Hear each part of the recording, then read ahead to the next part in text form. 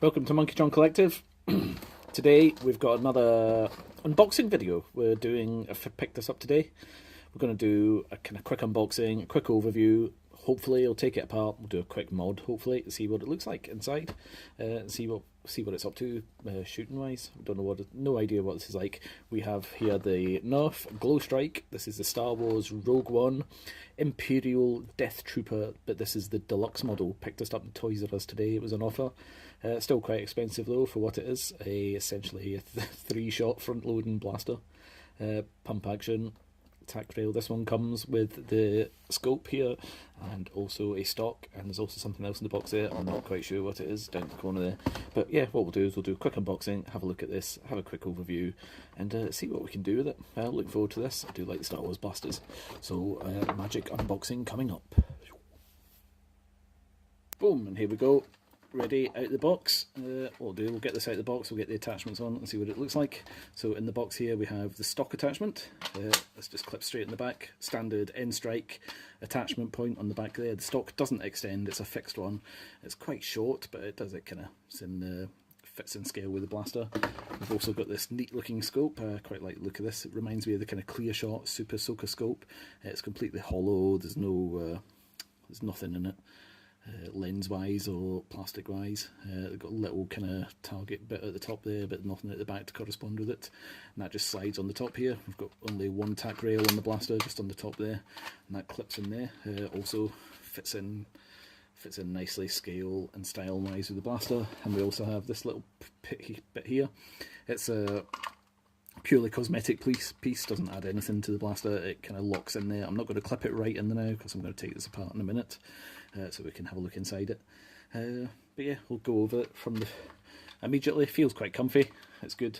The grip, pump grip at the front is quite comfy. I'll leave that off. Yep, when you pull the trigger, you get a light and sound effect here. Also, when you prime it, you get the UV lights. We've got 3 LEDs in the front here, which charge. We've got the Star Wars branded glow darts with this. You slot them in, and the UV lights will charge the glow darts. They slot in there, nice. You get a nice bright green effect. And then when you fire, the UV light goes out. But yeah, coming around here on the blaster, we've not got a lot of painting. All we have paint wise, I think, are these red bits here and the Star Wars logo. The rest is all just complete plastic. So the green and the grey, it's all plastic. There's no paint on that. Got the orange bits there on the tip there, the trigger on the front. But yeah, it's quite good. Very, very Star Warsy. I do like the style of the Star Wars blasters. They're always not the most functional, unfortunately, kind of performance wise, but we'll chronograph this and see what it's hitting, and we're going to open it up as well. But yeah, I quite like the feel of it, like the look of it. We'll see what it does performance wise, and we'll see what it's like modification wise. So next we'll have a kind of glow in the dark video to test the glow darts. We'll then do a chronograph test, and then we'll get it opened up and see what it's like inside and see what we can do with it. Anyway, so we'll get back to you in a minute. Cheers. So here we are in the pitch black. I'm just going to test these glow darts. So we'll prime the blaster, and as it lights up, this should be now charging up the darts, and we can I'll just fire them into my hand here so we can see them and see what they look like. So yeah, there's your glow dart. Wow. So that's not been in there for long. It does glow up quite a bit. You do get quite a bright light off the front of this blaster. It looks quite cool, the kind of orange and the green there. There's your glow dart again.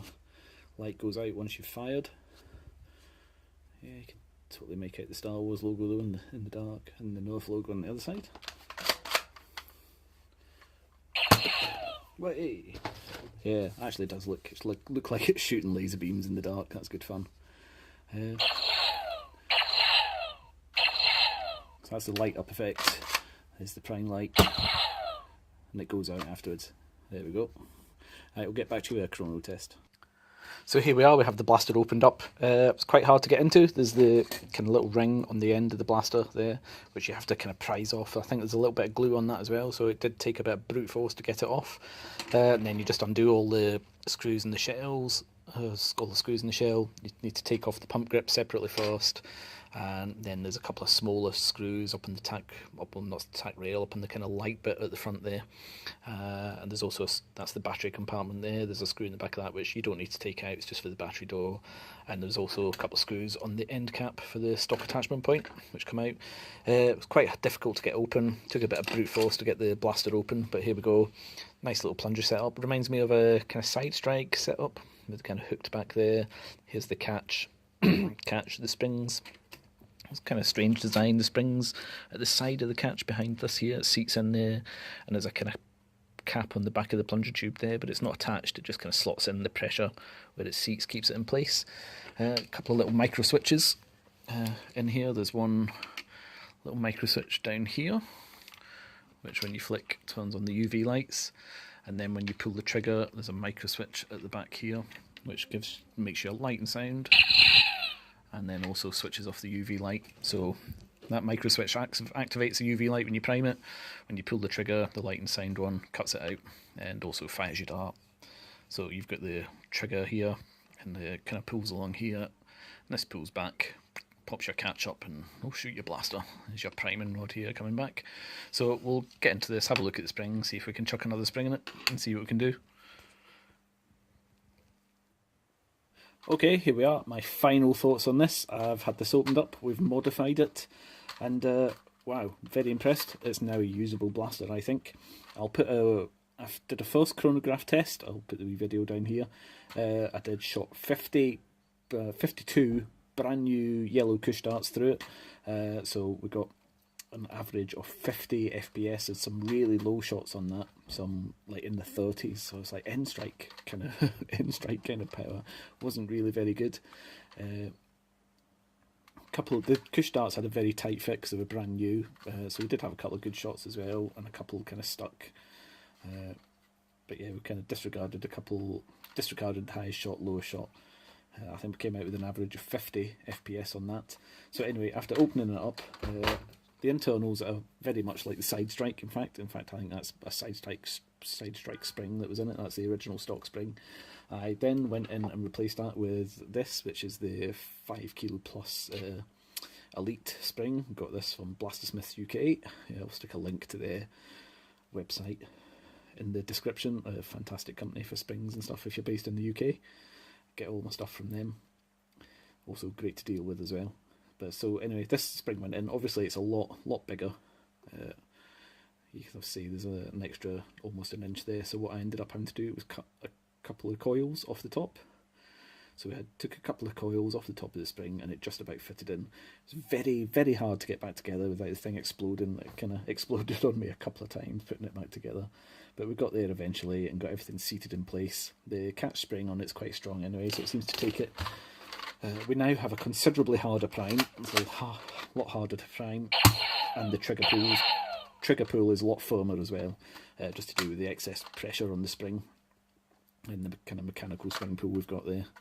But yes, now just chronographed it again, exact same, 52 brand new cush darts through the chronograph on this, and we got an average of 80 FPS. That's 80 FPS from 50, so that's an increase of 30 FPS just from that upgrade spring. I also resealed the plunger tube. The seal on the plunger tube wasn't great, and we've just got the small kind of side strikes plunger tube up there. It wasn't a great seal on it, so I've redid that with a bit of Teflon tape and re-greased it as well. So yeah, it's shooting way harder now. This is actually, I had a couple of high shots on this that were topping over 100 FPS, and then there was a couple kind of down in the 60s. There seems to be a considerable difference between the bottom barrel and the top two barrels. The bottom barrel seems to hit considerably lower than the top two ones, just obviously the way the plunger tube sits, the air release hole's right at the top of the plunger tube, so obviously the air gets to these two a lot easier than going through the smart air restrictor into the bottom barrel. So I reckon your top two shots of that are hitting in the 90s, and your bottom ones are hitting kind of 70s, some kind of down below 70 anyway, which brought the average down. But an average of 80 FPS. This is actually packs a punch. It's really good. Again, front loading, 3 shots, not the most practical, but style points. Any of those people out there who've nerfed with me or know me or watch my videos, I'd like this. I like my silly, not silly, I like my stylish, not practical blasters, but as long as they look good. It's all about having fun, being out there, flinging foam. And I like to have fun and have good blasters that look, I'm more about the style points and performance, I think. And this definitely fits the bill. Yeah, good. Paint job, I'm not sure. Taking it apart was a bit of a nightmare. And obviously you've got the wiring for the light and sounds going between both half of the shell, so butterflying the shell open was difficult. You'd have to completely rip the guts out of it to give it a paint job. I'm not sure if it'll be worth my while. But I like the bright green, it's good. It's a very friendly outdoor blaster. I might keep it. I think I'm going to keep this. I was thinking about selling it, but I think we might keep it now. It's now decent performance, good enough to use in a battle, and it looked good. Yeah, I've enjoyed doing this. If you catch one of these blasters on sale, I wouldn't pay full price for it. It's still, being Star Wars blasters, are a bit overpriced. If you catch one on sale, it might be worth a punt if you fancy doing an upgrade on it. It turns out not bad in the end. It's up there with kind of most other spring modded blasters. That's good. Enjoyed that one. So thanks for watching. Remember, check us out on Facebook and give us a like and subscribe on the YouTube channel. Keep up to date with everything else that's coming. Thanks for watching. See you later.